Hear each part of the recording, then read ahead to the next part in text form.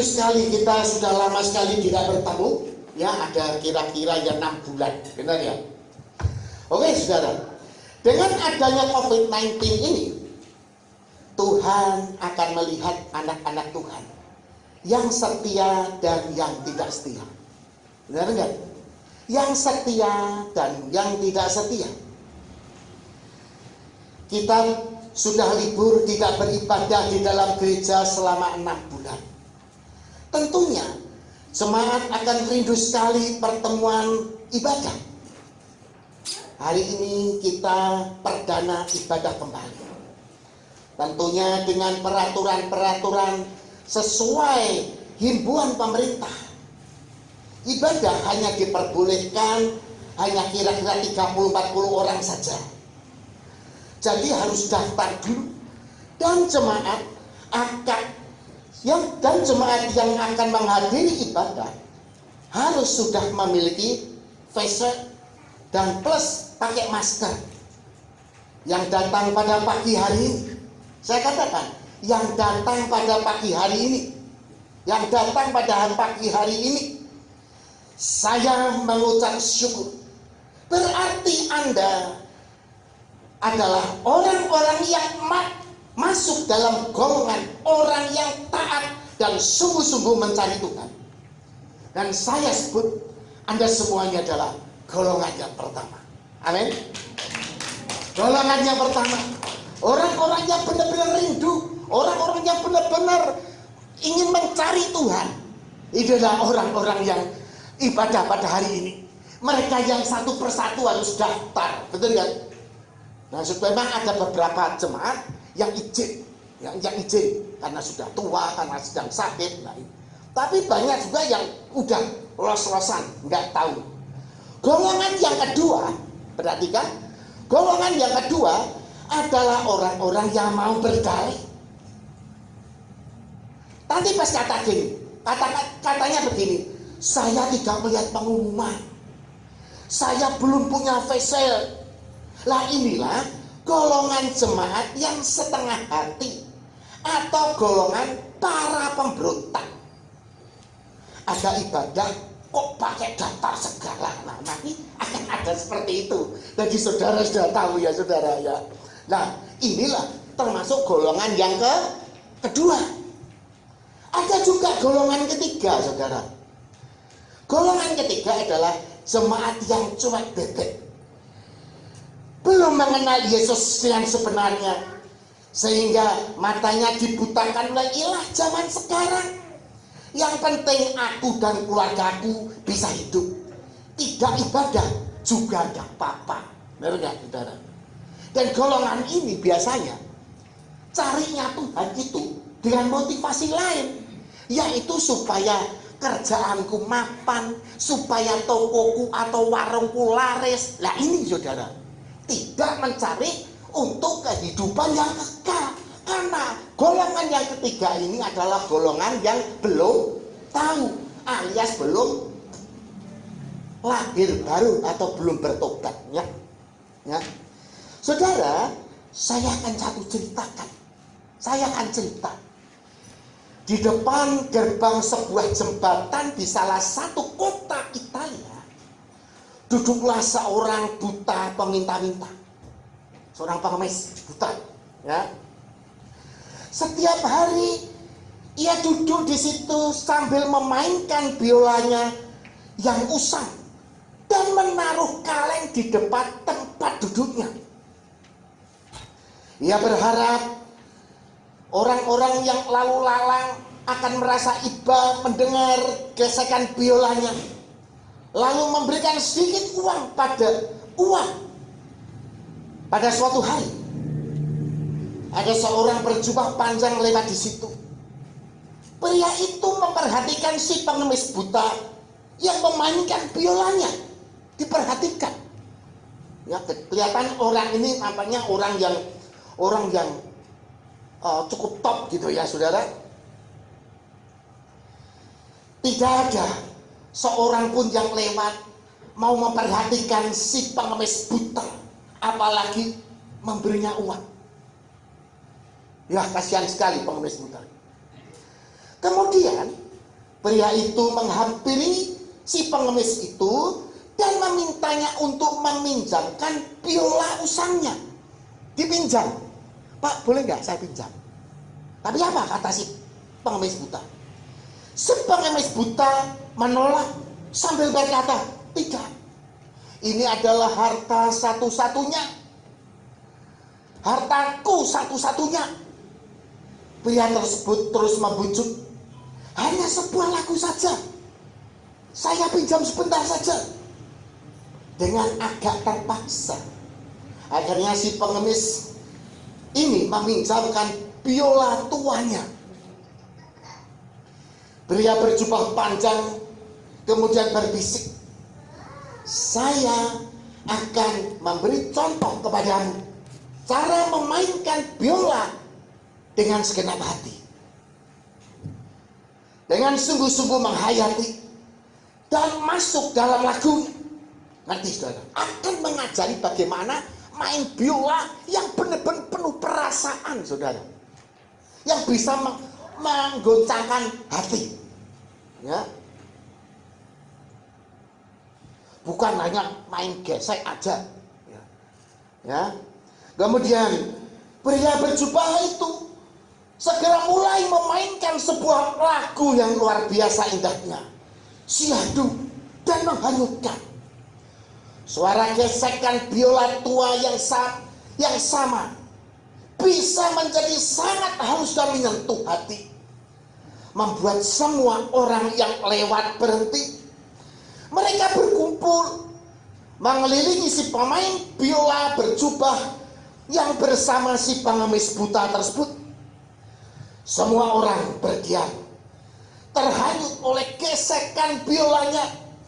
Kerumunan semakin lama semakin besar dan semakin banyak. Si pengemis buta pun terkesan dan terengah-engah. Ia tidak dapat berkata-kata. Kaleng yang tadinya kosong kini telah penuh dengan uang, bahkan sampai tidak tertampung lagi. Bukan hanya uang receh, saudara, juga banyak lembaran uang lira dan dolar bertumpuk di depan kaleng itu, ya, luar biasa sekali. Saking banyaknya orang terhanyut, tidak satu lagu, melainkan beberapa lagu yang dia mainkan oleh si pria berjubah tersebut, hingga akhirnya ia harus mengakhiri permainannya sambil mengucapkan terima kasih. Ia mengembalikan biola kepada si pengemis dan berpesan, sekarang pulanglah. Dengan uang yang engkau dapat hari ini, belilah pakaian yang baik, mandi, cukur rambutmu, dan rapikan jenggotmu. Sambil berlinang air mata dan gemetar, si pengemis tersebut mengucap syukur. Ternyata pengemis ini adalah orang yang memiliki hati nurani untuk bisa berterima kasih dan bersyukur. Keesokan harinya, pengemis buta sudah kembali duduk di tempat yang sama dengan penampilan yang berbeda. Ia menggunakan setelan jas, rambutnya dikuncir, janggutnya rapi, dan sedikit aroma parfum yang lembut. Lalu ia mulai memainkan biolanya dengan halus, dengan segenap hati, dengan sepenuh hati meresapi. Terdengar sungguh indah dan syahdu sekali. Dan dalam waktu sebentar saja, orang-orang yang lewat kembali berkerumun menikmati satu dua lagu sambil memasukkan uang ke dalam kotak yang cukup besar. Dulunya kaleng, sekarang menjadi apa? Kotak. Bukan lagi kaleng, ya saudara, tapi sebuah kotak. Sejak hari itu, si pengemis buta itu tidak lagi disebut peminta-minta, tetapi orang menyebutnya seniman jalanan yang sangat menghibur para pejalan yang lewat. Nasib pengemis buta sudah berubah. tetapi tidak pernah tahu siapa pria berjubah yang telah menolongnya. Dia tidak pernah tahu, saudara. Ternyata, saudara, setelah diselidik demi selidik, ya, pria yang berjubah panjang itu yang bernama Niccolo Paganini, seorang maestro biola yang paling terkenal di dunia ini. Ya kalau Yoga sih mesti tahu. Ya juga tahu kan? Ya, Paganini, tahu ya? Maestro. Bayangin. Saudara, lihat. Paganini menolong pengemis buta. Tadi bukan dengan diberi uang. Menolong itu bukan mesti diberi uang, saudara. Ya. Kalau orang dunia pengennya ditolong dalam bidang apa? Finansial, benar nggak? Ya kan? Nah, pertolongannya ini, ya, inilah menjadikan suatu kepandaian, hikmat yang harus mau mengubah sikap hidup dan menaati semua perintahnya. Pertolongannya ini menjadikan apa? Sebuah apa? Hikmat kepandaian. Dan harus apa? Harus berubah. Tidak seperti yang lalu penampilannya. Harus apa? Berubah dan menaati semua perintah-perintah sang maestro. Benar nggak, saudara? Kalau kembali pada semula ya nanti itu receh lagi. Sehingga pengemis tersebut tidak disebut pengemis buta, namanya juga tidak hina lagi kan? Tidak disebut pengemis buta, tetapi seniman jalanan. Pendapatannya jauh berbeda dari uang receh. Uang ya persembahannya itu ya menjadi uang kertas yang nilainya jauh lebih besar. Ketaatan itu menjadikan apa? Ketaatan menjadikan apa? Berkah dalam hidup kita. Demikian juga dengan saya, saudara. Demikian juga dengan saya. Saya sebagai hamba Tuhan, saya hanya menunjukkan jalan bahwa Yesus Kristus itu Tuhan, dan hanya melalui Dia saja orang bisa mencapai kerajaan surga. Dan jika engkau hidup menurut perintah-perintah Tuhan, maka berkat-berkat Tuhan akan mencukupi hidupmu. Ngerti nggak, saudara? Contoh dari Paganini itu adalah suatu pengajaran untuk ditaati. Dan sidang jemaat yang saya kasih dalam Tuhan, engkau taatlah. Saya bersyukur ini adalah jemaat kelas 1 yang taat, yang mau berubah. Engkau lain dengan jemaat yang tingkat 2 dan tingkat 3 yang tidak taat. Dan biarlah mulai dari orang yang hadir di tempat ini, berkat Tuhan akan tercurah dan perubahan akan terjadi. Dan nama Yesus Kristus Tuhan itu dimuliakan. Amin. Kita akan belajar di dalam 1 Petrus 1 ayat 14. 1 Petrus 1 ayat 14 dan 18 dan 19, 3 ayat. 1 Petrus pertama ayat 14. Kemudian nanti diloncati 18 dan 19 ya. Oke. Saudara, saya bacakan. Hiduplah sebagai anak-anak yang taat, dan jangan menuruti hawa nafsu yang menguasai kamu pada waktu kebodohan. Ini nasihat Tuhan. Ya, menjadilah orang-orang jemaat yang taat kepada Tuhan. Jangan menuruti hawa nafsu yang menguasai dirimu, sehingga pada waktu kebodohan kamu bisa terjatuh. Ngerti nggak, saudara? Ayat 18. Kita lihat ayat 18. Sebab kamu tahu bahwa kamu ya dan saya, kamu dan saya, saudara dan saya, bahwa kita ditebus dari cara hidupmu yang sia-sia yang kamu warisi dari nenek moyangmu. Itu bukan dengan barang yang fana, bukan pula dengan perak dan emas. 19.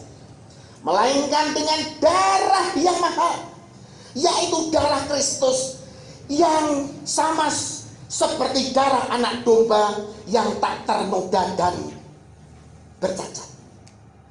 Saudara, ya perhatikan, saudara dan saya adalah orang-orang tebusan yang sudah ditebus oleh Tuhan kita Yesus Kristus.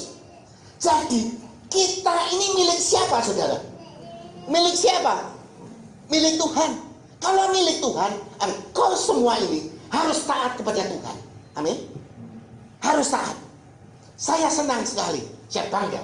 Kira-kira 30 orang ini menjadi orang-orang yang taat. Saya bersyukur.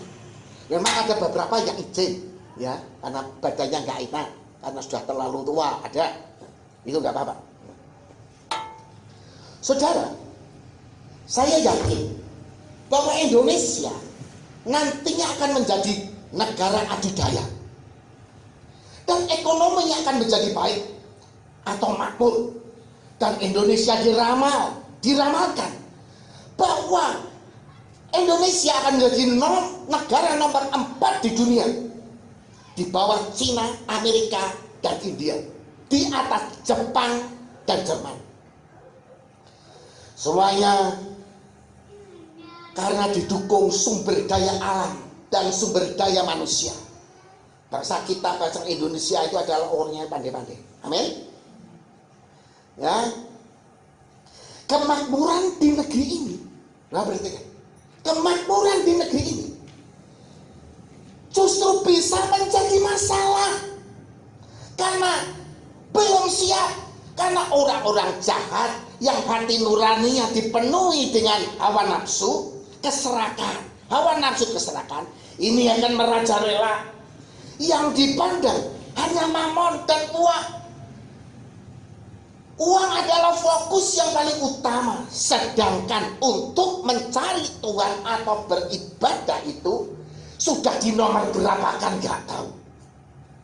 Akan banyak anak Tuhan yang akan hanyut dalam arus dunia ini. Saudara, saya melihat dan saya rasakan juga beberapa teman saya, sahabat yang benar-benar baik, ya banyak. Ada prialah perempuannya yang baik sama saya, ya, yang dulu sungguh-sungguh di dalam Tuhan. Ketika mendapatkan berkat Tuhan, berubah. Cintanya Tuhan itu dulu nomor 1, sekarang entah menjadi nomor 10 atau nomor 12. Yang dipandang fokusnya adalah mamon, duit. Masih dalam gereja, tapi fokusnya apa? Mamon atau uang. Ini saudara, hati-hati masalah ini. Nanti kemakmuran di Indonesia akan membuat seperti itu. Orang lebih mencintai apa? Mamon daripada Tuhan. Kita lihat Daniel 12 ayat 10.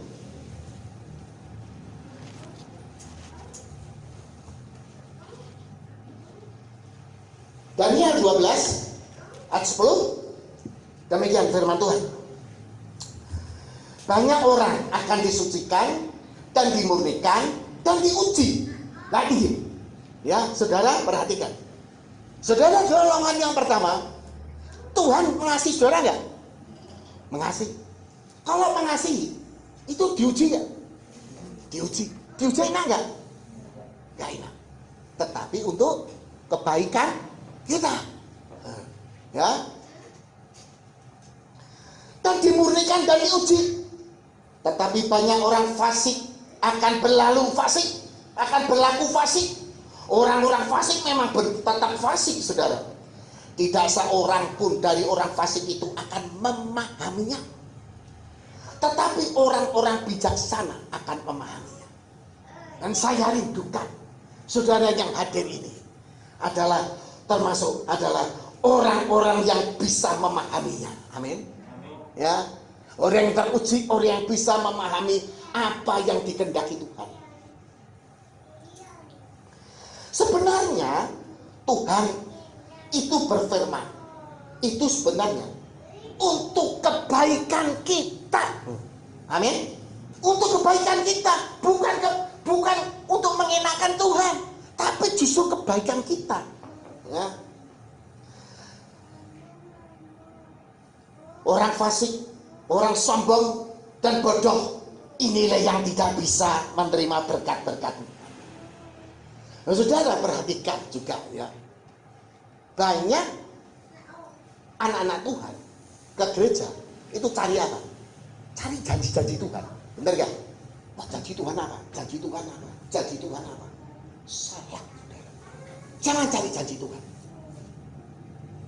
Kalau janji Tuhan, tapi engkau tidak menaati, dapat enggak? Dapat enggak? Janji Tuhan, dapat saudara janji Tuhan, tapi engkau tidak pernah taat, enggak dapat. Yang utama, perhatikan, yang utama saudara, bukan mencari janji Tuhan, tetapi mencari perintah Tuhan.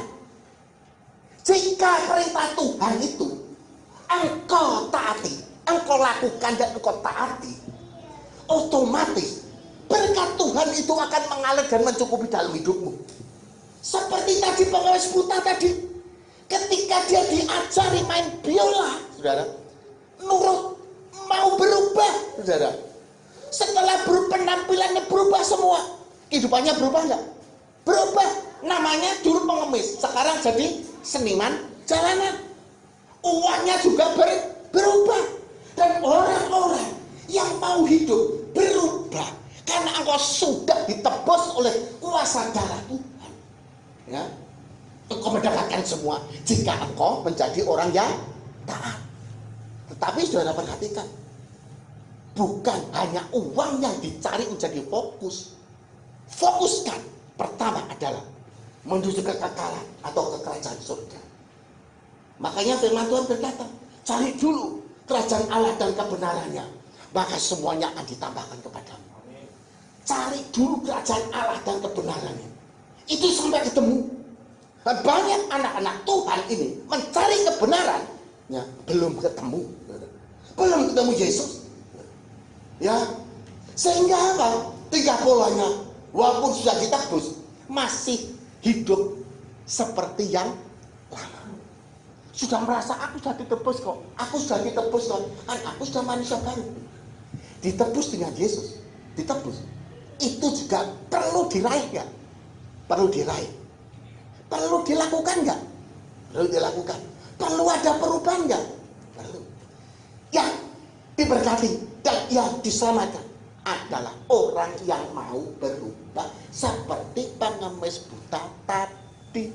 Loh, saya itu ibaratnya hanya ngajari saudara kok, supaya saya mengajari saudara supaya hidupmu itu juga lebih enak. Nah, kita lihat yuk Mazmur pertama ayat 1 sampai dengan ayat yang ketiga. Mazmur pertama ayat pertama, ya, kita bacakan.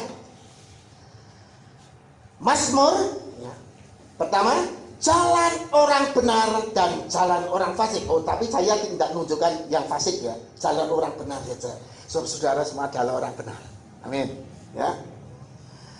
Berbahagialah orang yang tidak berjalan menurut nasihat orang fasik, yang tidak berdiri di jalan orang berdosa, dan yang tidak duduk dalam kumpulan pencemooh. Saudara, dikatakan bahwa berbahagialah orang yang tidak berjalan menurut nasihat orang fasik. Orang fasik itu apa? Orang yang mengerti firman Tuhan tetapi tidak melakukan. Orang yang mengerti firman tetapi tidak melakukan disebut apa? Fasik. Tidak taat alias apa? Gablek. Ya, perhatikan saudara. Ya, yang tidak berdiri di jalan orang berdosa atau orang berdosa jangan didekati. Dan yang tidak duduk dalam kumpulan pencemooh. Saudara, pencemooh itu adalah penentang. Misalnya ada, ya, seperti tadi yang saya katakan. Ibadah harus apa? Daftar. Benar? Harus pakai ini, face shield, ya, pakai masker, harus. Tapi ini loh pencemooh. Oh, ibadah harus begitu begini. Oh, ibadah kok seperti itu. Tidak usah ibadah. Tidak usah ibadah lah. Kita tidak usah ibadah. Apa itu seperti itu? Ini pencemooh. Pencemooh ini bisa bawa orang nggak? Mempengaruhi orang bisa nggak? Bisa nggak? Bisa. Hati-hati mulut pencemooh. Saudara perhatikan. Saudara ini jemaat kelas 1 saya katakan. Jangan dekat-dekat dengan mulut pencemooh. Jauhi mulut pencemooh supaya Anda tidak kena ragi Farisi. Amin. Amin, saudara ya. Ayat kedua. Tetapi kesukaannya ialah Taurat Tuhan. Dan yang merenungkan Taurat itu siang dan malam. Saudara perhatikan, merenungkan Taurat Tuhan, merenungkan firman Tuhan. Bahasa aslinya itu Haga. Bahasa aslinya itu Haga. Haga itu apa? Harga. Haga itu mendoakan ayat. Ayat yang saudara amini itu didoakan. Setelah didoakan, ya, terus diimani. Setelah diimani, terus diperkatakan. Diperkatakan itu suatu tindakan. Ngerti nggak saudara? Saya kan sudah khotbah tentang rema kan. Logos harus jadi rema. Ayat itu sebetulnya itu kan untuk orang zaman dulu, betul ya? Tetapi didoakan penuh kuasa dan diimani, dan ayat itu dari logos menjadi rema, hidup untuk kehidupan kita, dan kita perkatakan terjadilah menurut iman kita. Amin. Saudara bisa praktek, tapi dengan catatan saudara hidup dalam kebenaran atau kekudusan. Kalau saudara hidupnya di dalam kefasikan, yang mujizat Tuhan tidak akan muncul dalam kehidupan Anda. Ya. Ayat 3. Lihat ayat 3. Loh, ini lihat. Ia seperti pohon yang ditanam di tepi aliran air, yang menghasilkan buahnya pada musimnya, dan yang tidak layu daunnya. Apa saja yang diperbuatnya berhasil. Otomatis saudara, karena ketaatan, otomatis janji Tuhan tergenapi dalam kehidupan kita. Amin. Yang tanya, diajari saudara. Saya sebagai hamba Tuhan, saya ngajari saudara supaya engkau hidup taat dan engkau memiliki keselamatan dan hidup ya enak. Amin. Ya. Sebagai hamba Tuhan, saya hanya bisa menunjukkan jalan dan mengajari supaya berubahlah pola hidupmu ini seperti penulis buta tadi. Karena mau taat dengan perintah sang maestro, maka berubahlah hidupnya. Tanpa ketaatan dan tanpa perubahan, pengemis buta itu hidupnya tidak akan berubah. Perubahan, saudara perhatikan, perubahan satu memerlukan perjuangan. Perubahan memerlukan apa? Satu, perjuangan. Yang kedua, rendah hati. Rendah hati. Yang ketiga, ketaatan. Ya, sudah perhatikan. Ya, perubahan itu butuh perjuangan, butuh rendah hati dan ketaatan. Kita lihat ya ayat yang terakhir, Yosua pertama ayat yang ke-7. Yosua pertama ayat yang ke-7. Ya, tunggu tayangan. Yosua pertama ayat yang ke-7. Ya. Demikian firman Tuhan. Hanya kuatkan dan teguhkanlah hatimu dengan sungguh-sungguh. Kuatkan dan teguhkan. Ya. Bertindaklah hati-hati sesuai dengan seluruh hukum yang telah diperintahkan kepadamu oleh hambaku Musa. Janganlah menyimpang ke kanan atau ke kiri, supaya engkau beruntung kemanapun engkau pergi. Saudara ingin hidup beruntung kan? Kau mau hidup beruntung, taatlah akan perintah Tuhan, taatlah akan firman Tuhan. Kalau orang yang taat itu enak kok, jangan nyimpang kanan, jangan nyimpang kiri. Orang yang hidupnya nyimpang ke kanan, nyimpang ke kiri, coba hidupnya laboratorium. Kalau hidupnya tuh lurus, ya saudara, taat akan firman, dan saya percaya kok saudara, Ya. Saudara akan hidup mendapatkan kekekalan atau kerajaan surga, dan juga saudara akan beruntung atau tercukupi dalam kehidupanmu. Ya. Jadi nggak perlu apa? Jadi nggak perlu dihajar sama Tuhan. Benar nggak saudara? Orang yang diajar itu sebetulnya dikasih Tuhan. Orang diajar dikasih Tuhan. Karena apa? Tuhan tidak menghendaki anak-anaknya ini menjadi anak-anak gampang, tetapi anak-anak kerajaan. Anak-anak kerajaan dididik kan? Dididik. Kalau salah, diapain? Kalau salah, diajar, didisiplin. Ya, saudara. Ya, yang pertama, saudara, saya berdiri di sini. Saya membimbing Anda supaya apa? Dan mengajar Anda supaya kalian semua mendapatkan kekekalan atau kerajaan surga. Amin. Yang kedua, saya juga mengajar supaya Anda semua hidup beruntung. Amin. Hidup beruntung. Ya. Saudara, carilah perintah Tuhan. Ya, cari perintah Tuhan. Maka otomatis janji-janjinya akan tergabung dalam kehidupan Anda. Amin. Ayo kita bangkit berdiri.